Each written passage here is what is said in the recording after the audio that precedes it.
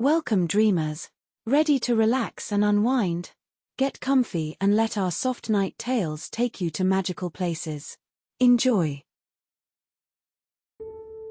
Have you ever felt like you're stuck in a place where everything is moving forward, except for you? What if the key to finding peace isn't in the destination, but in the person you meet along the way? This is the story of Clara, a woman who felt like life was slipping by. She had a job she didn't care much for, friends who were more like acquaintances, and a routine that felt endless. But everything changed one cold, rainy day when she met someone unexpected, a stranger who would make her realize that even the smallest connections can change everything. It's a story about taking chances, facing fears, and learning that sometimes, the answers we seek are closer than we think. Clara had always considered herself independent, even a bit of a loner. She worked as a graphic designer at a small firm, spending most of her time hunched over a computer, making things look perfect for clients she didn't know. Her apartment was neat but sterile, with white walls and minimalist furniture that reflected how she lived, safe, orderly, and controlled. But despite all of her control over her environment, Clara felt like something was missing. She couldn't quite put her finger on it. She had friends, yes, but they were mostly people she saw at work events or the occasional weekend brunch. Real connection? That was something she hadn't experienced in a long time. One afternoon, Clara sat in her favorite coffee shop, her usual spot by the window, sipping her latte and watching the rain fall outside. She'd done this every day for months, but today felt different.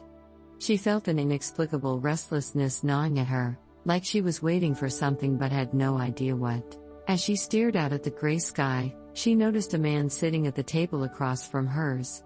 He was reading a book, his eyes focused and intense, his hair a bit tousled like he hadn't bothered to comb it that morning. There was something about the way he was lost in his world, unaware of anything else, that made her feel distant, detached from life. She sighed, wishing she could feel that carefree again.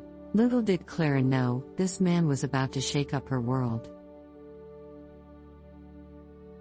The man's name was Jack, and they crossed paths a few times in the next few weeks.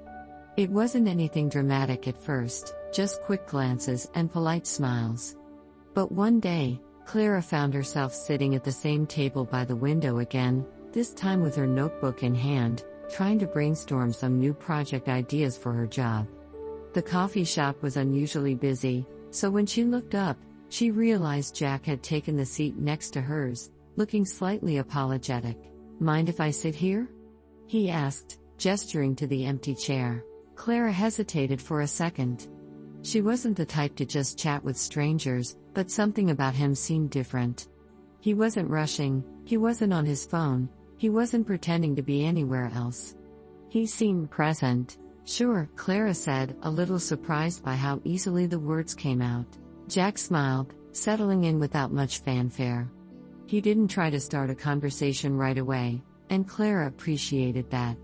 He simply opened his book again, the quiet sound of pages turning filling the space between them. After a while, she looked up and caught him glancing at her notebook. "I'm sorry to interrupt," he said, almost shyly. "But I couldn't help but notice the sketches." "You're a designer?" Clara smiled, a little embarrassed. "Yeah, graphic design. Mostly branding stuff for small businesses. Nothing too exciting." Jack raised an eyebrow. "I wouldn't say that's nothing. I bet there's a lot more to it than just logos and websites. You ever think about doing something bigger with it?" The question caught Clara off guard. She had never really thought about her work as big or important. It was just a job. But the way Jack said it made her stop and think. Maybe she'd been looking at her career all wrong, maybe she was capable of more than just the safe, predictable projects she'd been taking on. They ended up talking for hours that day, swapping stories about their lives, their work, and the things they were passionate about. Jack told Clara that he worked as a photographer, mostly freelance, traveling to different places, capturing moments that told stories. He seemed to live for the moments when time stopped, the moments that could never be recreated.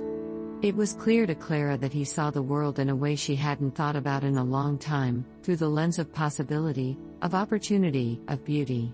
For the first time in a long while, Clara felt inspired. Over the next few weeks, Clara and Jack saw each other more frequently, sometimes at the coffee shop, sometimes out in the city, wandering through parks or galleries. They were kindred spirits in the way that they both felt disconnected from the world around them, but in opposite ways. Jack seemed to have no shortage of adventure, moving through life with a sense of freedom that Clara envied. And Clara?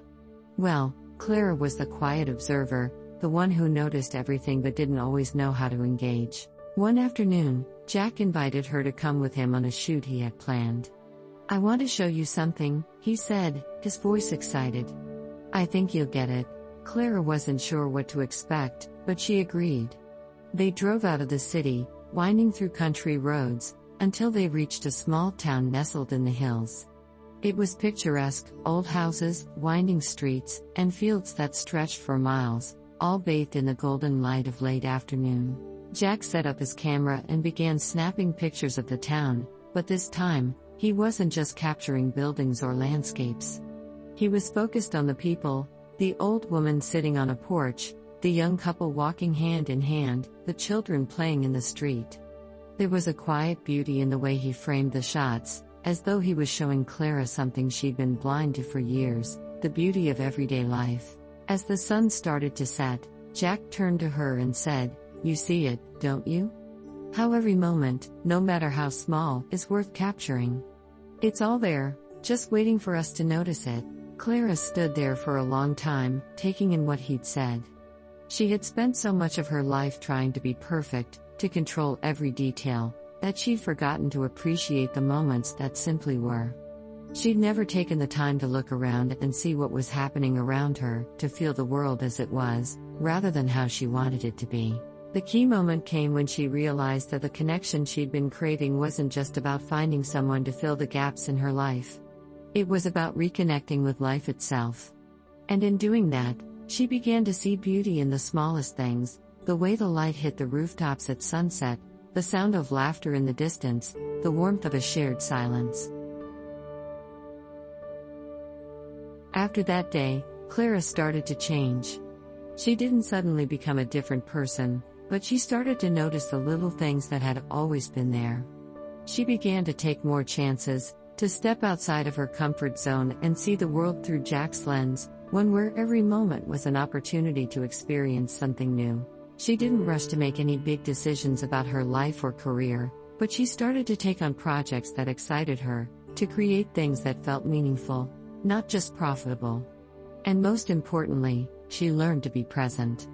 Not just in the big moments, but in the quiet ones too. The ones that made life feel real. If you enjoyed this story, don't forget to subscribe for more peaceful journeys and bedtime tales. Thank you for being part of our community.